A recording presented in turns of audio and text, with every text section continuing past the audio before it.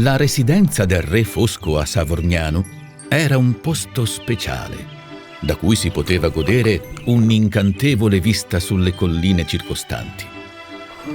Tuttavia, durante i suoi soggiorni, il re si risvegliava spesso coi piedi troppo secchi, oppure tutti bagnati.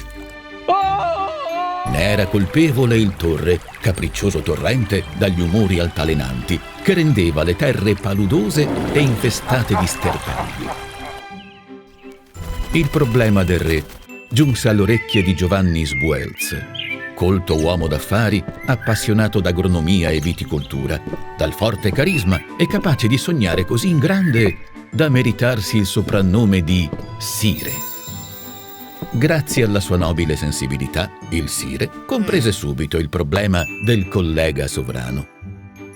Per risolverlo, diede ordine di ripulire il corrispettivo di 400 campi friulani e poi progettò e realizzò un sistema di canali, scoli e serbatoi per imbrigliare l'infido torrente e liberare dal suo giogo Aquila del Torre, permettendovi la crescita di incantevoli vigneti.